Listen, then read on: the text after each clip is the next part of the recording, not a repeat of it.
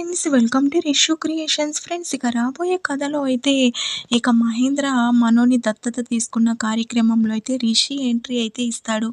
దాంతో అక్కడ ఉన్న వాళ్ళతో సహా అందరైతే షాక్ అవుతారు. ఆ తర్వాత మహేంద్ర నాన్న రిషి అని అంటుంటే, ఏంటి డాడీ ఇదంతా, అయినా నేను లేరని మీరు కూడా నమ్మి ఇదంతా చేస్తున్నారా అని చెప్పడంతో, అయ్యో అది అది కాదు నాన్న, అసలు ఏం జరిగిందంటే అని మొత్తం చెప్పడంతో ఇక రిషి కూడా సైలెంట్గా ఉంటాడు. ఆ తర్వాత ఇక వస్తారా మామయ్య గారు, మీరసలు మనోని దత్తత తీసుకోవాల్సిన అవసరం లేదు. ఎందుకంటే మనో తండ్రి మీరేననైతే అంటుంది. దాంతో ఇక మహేంద్ర, ఏం మాట్లాడుతున్నావమ్మా అని చెప్పడంతో, అవును మామయ్య, అసలేం జరిగిందంటే అని చెప్పి ఇక మనో తన కన్న కొడుకే అన్న నిజాన్నయితే అందరి ముందు చెప్పేస్తుంది. ఆ తర్వాత ఇక రిషితో సహా అందరూ షాక్ అవుతారు.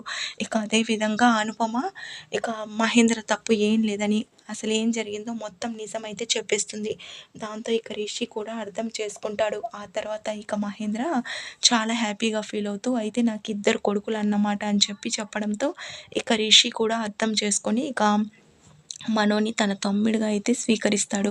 ఆ తర్వాత అంతా హ్యాపీగా అయితే ఉంటుంది. ఇక శైలేంద్ర దేవి అని వాళ్ళ ప్లాన్ ఏంటి ఇలా అయిపోయింది అని చెప్పి ఇక అక్కడి నుంచి అయితే వెళ్ళిపోతారు. ఆ తర్వాత ఇక మనో, నాకు చాలా ఆనందంగా ఉంది, రిషిని ఇన్ని రోజులు సార్ అని అంటూ వచ్చాను, కానీ ఇప్పుడు రిషి నా అన్నయ్య అన్నమాట అని చెప్పి ఇక వసుధర రిషి హ్యాపీగా ఉండాలని, ఇక కాలేజ్ విషయాలు మొత్తం తను చూసుకుంటానని రిషి వసుని హ్యాపీగా ఉండమని చెప్పైతే అంటాడు.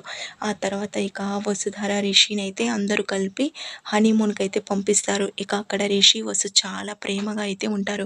ఇక వసుధర, రిషి సార్ ఇదంతా ఇప్పటికి కూడా నాకు కలలా అనిపిస్తుంది అని చెప్తుంటే, ఇక రిషి, వసుధర నేనొచ్చేసాను. అలాగే ఇప్పుడు నాకే టెన్షన్స్ లేవు.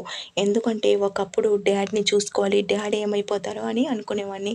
ఇప్పుడు నా తమ్ముడు ఉన్నాడు కదా, నా తమ్ముడు చూసుకుంటాడు. అలాగే కాలేజీ విషయాలు కూడా అని అంటుంటే, రిషి సార్ మీరు నిజంగా చాలా గ్రేట్ సార్. అసలు మీరు ఎంత పాజిటివ్‌గా ఆలోచిస్తారో.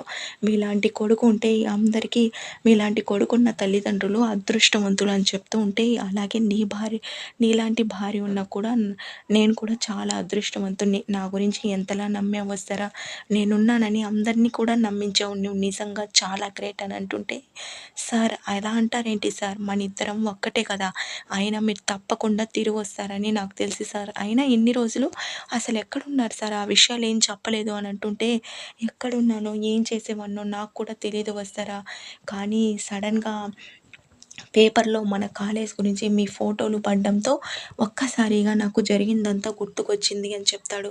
అవునా రిషి సార్ అని చెప్తుంటే, అవును వస్తారా, అయినా ఏదేమైనా మన మంచికే జరిగిందని చెప్పడంతో ఇక వస్తారా రిషి అలా ప్రేమగా ఇద్దరు భార్యాభర్తల్లాగైతే హనీమూన్లో ఒక్కటవుతారు.